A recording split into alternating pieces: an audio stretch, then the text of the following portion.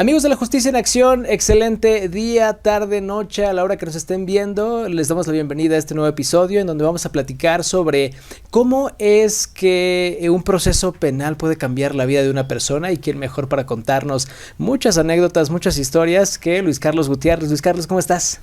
Bien, Gerardo, buenas tardes, gusto en saludarte, gusto en saludar a quienes nos acompañan en un episodio más de Justicia en Acción. Platícanos, seguramente te han tocado mil y un casos en los que te has dado cuenta cómo estos procesos cambian la vida.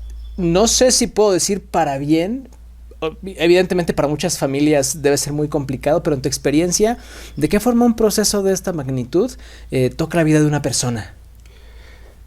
La toca de manera muy intempestiva, fuerte, yo creo que hasta aterradora, cuando la medida cautelar que se impone es una prisión.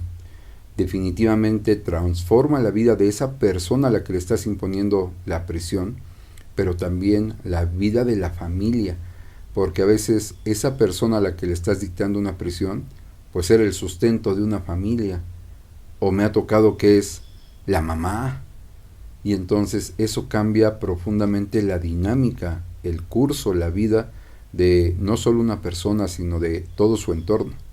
¿Cuál es el caso que, no digamos el más reciente, pero uno de los casos que más recuerdas en donde tal vez justo eso, ¿no? Que era el sustento de la familia y por un error, una mala decisión, a veces mala suerte, si lo quieres llamar así, pues tuvo que vivir un proceso de este tipo? Mira, el primero que me vino a la mente no fue de una persona que sea el sustento de la familia. Era al contrario, era la jefa de familia, era la mamá, era la señora, y a veces de hechos que parecen poco relevantes. Llevamos muchas veces el enojo, la ira, la furia, hasta la vanidad a los extremos. Y de acuerdo a la dinámica del hecho que a mí me sometieron, habían pavimentado una calle y pasan las personas, pasa una mujer, pasa con la pareja, y les hacen señalamiento de que no caminen por ahí porque el cemento está fresco. Vuelven a pasar por ahí y les hacen el mismo señalamiento. La pareja de adultos ya, señores arriba de 50 años, contestan en forma muy grosera. Al poco rato regresan eufóricos, porque esa es la palabra, ¿no? Y la euforia los llevó a cometer muchas cosas. El señor, el hombre, comienza a pelearse con otro hombre que estaba ahí. Y en algún momento la mujer le dice, pásame la pistola.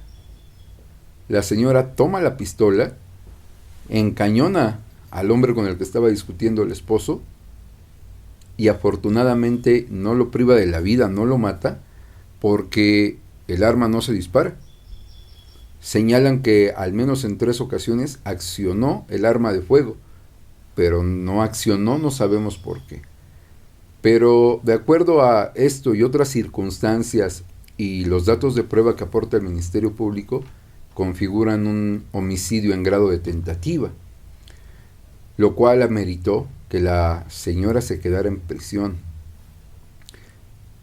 Yo continúo con el proceso y la verdad es que pues sí me dio mucha tristeza que una mujer, madre de familia, la abuela incluso de nietos, ¿no?, haya quedado en prisión por un momento de furia, por un momento de ira, y he visto cómo la señora se ha ido deteriorando durante el proceso. En una de las últimas audiencias se veía sumamente mal, decaída, no podía caminar bien.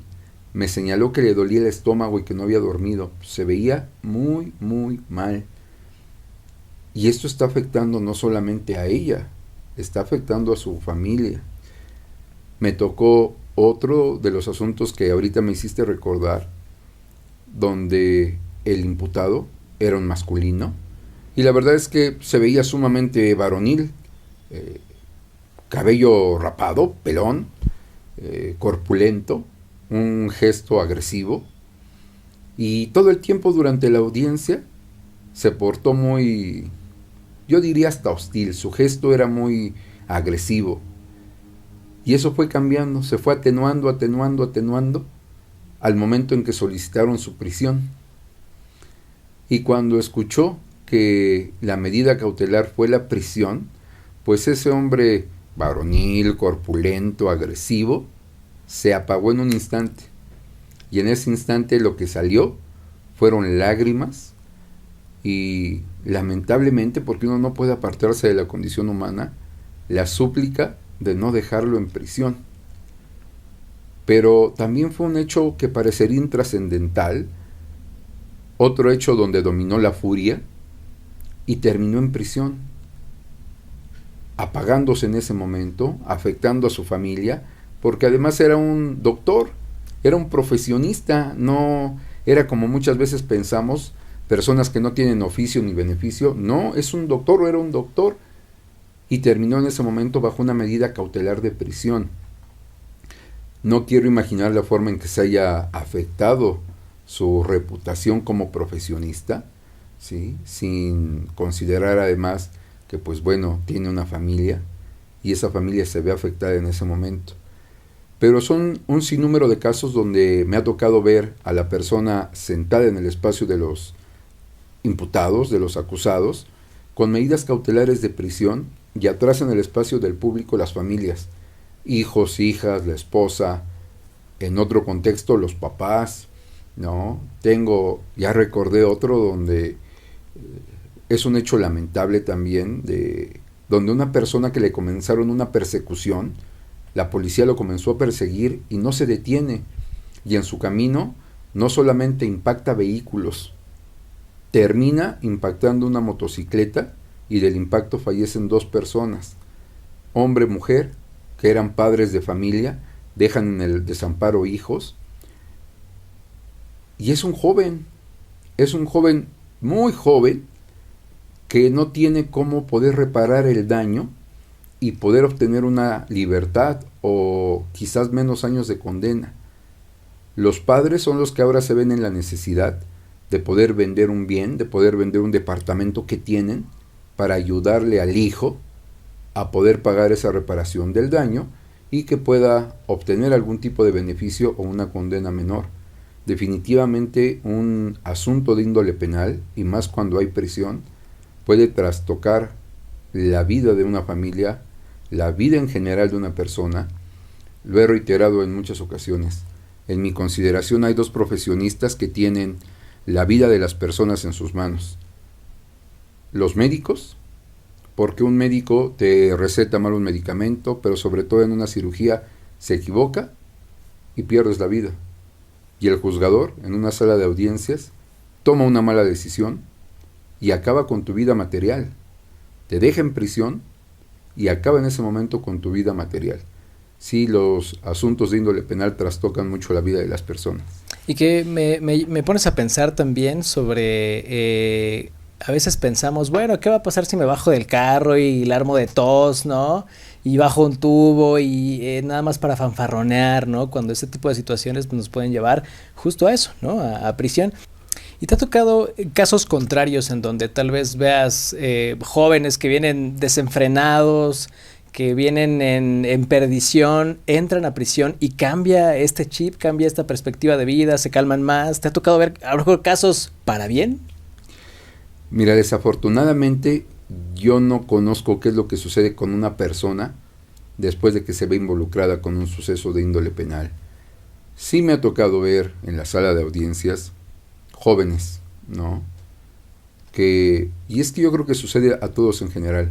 Tú afuera te puedes creer muy fuerte, ¿no? De un carácter muy difícil, desafiante, aguerrido, pero cuando estás sentado en la sala de audiencias, la actitud cambia, ¿sí? Normalmente el sentirte altivo se va bajando, hasta que las personas quedan así. Y cuando la medida es prisión, la verdad es que ni yo, y yo creo que nadie quisiera estar en los zapatos de una persona que está en un conflicto con la ley penal y que tu medida puede ser una prisión. No. Sí me ha tocado ver jóvenes que desafortunadamente salieron de fiesta y atropellan a una persona, y los resultados pueden ser muchos, desde un daño en la propiedad, unas lesiones, un homicidio. Me ha tocado ver el joven que parece que no iba en un estado de ebriedad, simplemente se pasó un alto, se pasó un tope, y por esa infracción a un deber de cuidado ocasionaron un daño en la propiedad, ocasionaron atropellar a una persona y que esta persona falleciera o quedara lesionada. Sí me ha tocado ver casos como estos, y me ha tocado ver casos donde los jóvenes quedan en prisión. Recuerdo mucho uno de un joven conductor de tráiler y atropella o se lleva con el tráiler una motocicleta de estas que viajan en caravana en las carreteras, y con esto priva de la vida a la mujer. Era una pareja de personas de más de 60 años. Priva de la vida a la mujer. En la sala de audiencias muy tristes los hijos, tristes y enojados, pero además yo vi lamentablemente que la conducta del joven no era una conducta de arrepentimiento, una conducta de remordimiento, ¿sí? Era una conducta al contrario un tanto altiva. Esto cambió porque claramente él pensaba que se iba a ir en libertad. Se quedó en prisión y tardó al menos un par de meses para que él pudiera obtener su libertad. Y durante este tiempo uno va viendo en las audiencias cómo va cambiando la actitud de las personas. Estar en prisión es una situación que no se le desea absolutamente a nadie.